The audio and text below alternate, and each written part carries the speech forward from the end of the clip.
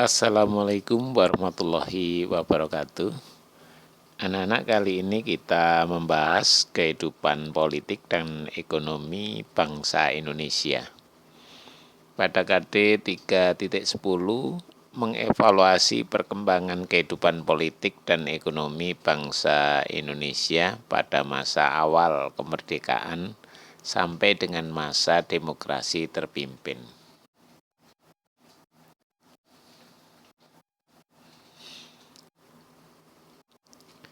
Sekutu menang di Perang Dunia II merasa berhak atas nasib bangsa Indonesia. Belanda mencoba masuk kembali ke Indonesia untuk melakukan kolonialisme dan imperialisme. Panitia Persiapan Kemerdekaan Indonesia atau PPKI mengadakan sidang untuk mengesahkan Undang-Undang Dasar dan memilih Presiden dan Wakil Presiden Indonesia. Untuk menjaga keamanan negara juga telah dibentuk Tentara Nasional Indonesia atau TNI. Tetapi Indonesia merdeka dalam kondisi sosial ekonomi yang masih sangat memprihatinkan. Kehidupan politik bangsa Indonesia pada awal kemerdekaan. Secara politik, keadaan Indonesia di awal kemerdekaan belum mapan. Terjadi ketegangan, kekacauan, dan berbagai insiden. Masih ada pihak asing yang tidak ingin Indonesia merdeka. Rakyat Indonesia masih bentrok dengan sisa-sisa kekuatan Jepang yang beralasan diminta sekutu tetap menjaga Indonesia dalam keadaan status quo. Indonesia juga menghadapi tentara Inggris atas nama sekutu dan NICA atau Netherlands Indies Civil Administration. NICA yang datang atas nama Belanda kembali ke Indonesia dengan membonceng sekutu. Kehidupan ekonomi bangsa Indonesia pada masa awal kemerdekaan. Kondisi perekonomian negara terjadi inflasi, belum punya mata uang Republik Indonesia, peredaran mata uang asing, dan kas negara kosong. Inflasi yang berat terjadi dipicu karena peredaran mata uang rupiah Jepang yang tak terkendali, sedangkan nilai tukarnya sangat rendah. Pemerintah Indonesia tidak bisa melarang peredaran mata uang asing karena Indonesia belum memiliki mata uang sendiri. Mata uang asing yang beredar adalah De Javase Bank, uang pemerintah Hindia Belanda, dan mata uang rupiah Jepang. Bahkan setelah NICA datang ke Indonesia juga berlaku uang NICA. Kondisi perekonomian makin parah karena NICA melakukan blokade.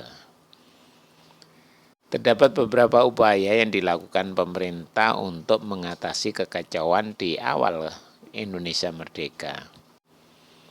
Salah satunya memindahkan ibu kota dari Jakarta ke Yogyakarta pada 4 Januari 1946 karena kondisi Jakarta yang kacau, asing ingin kembali menjajah lagi.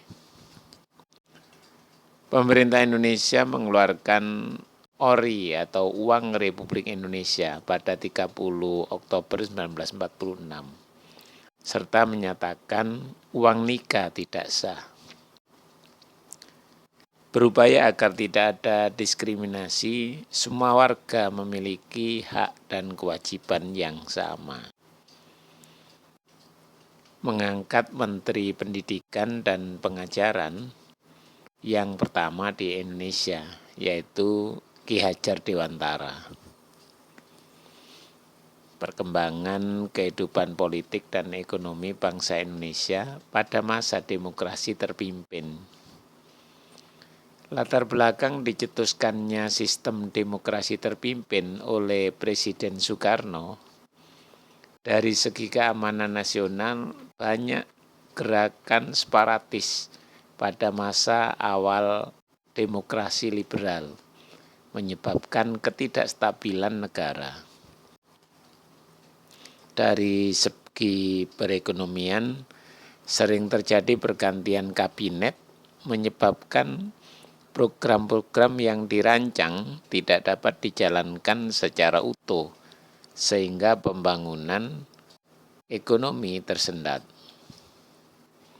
Dari segi politik, konstituante gagal dalam menyusun Undang-Undang Dasar baru untuk menggantikan Undang-Undang Dasar sementara 1950. Anjuran Soekarno agar undang-undang yang digunakan untuk menggantikan Undang-Undang Dasar sementara 1950 adalah kembali ke Undang-Undang Dasar 1945. Terjadi konflik dalam menghadapi usulan kembali ke Undang-Undang 1945 itu. Diadakan pemungutan suara yang diikuti oleh seluruh anggota konstituante pada 30 Mei, 1 Juni, dan 2 Juni 1959. Namun hasil pemungutan suara belum menunjukkan 269 orang setuju untuk kembali ke Undang-Undang 1945 dan 119 orang menolak. Hasil pemungutan suara belum mencapai 2/3 yang setuju. Presiden Soekarno mengeluarkan dekret untuk mengatasi permasalahan Undang-Undang Dasar tersebut. Isi dekret Presiden 5 Juli 1959 yaitu tidak berlakunya kembali Undang-Undang Dasar 1950.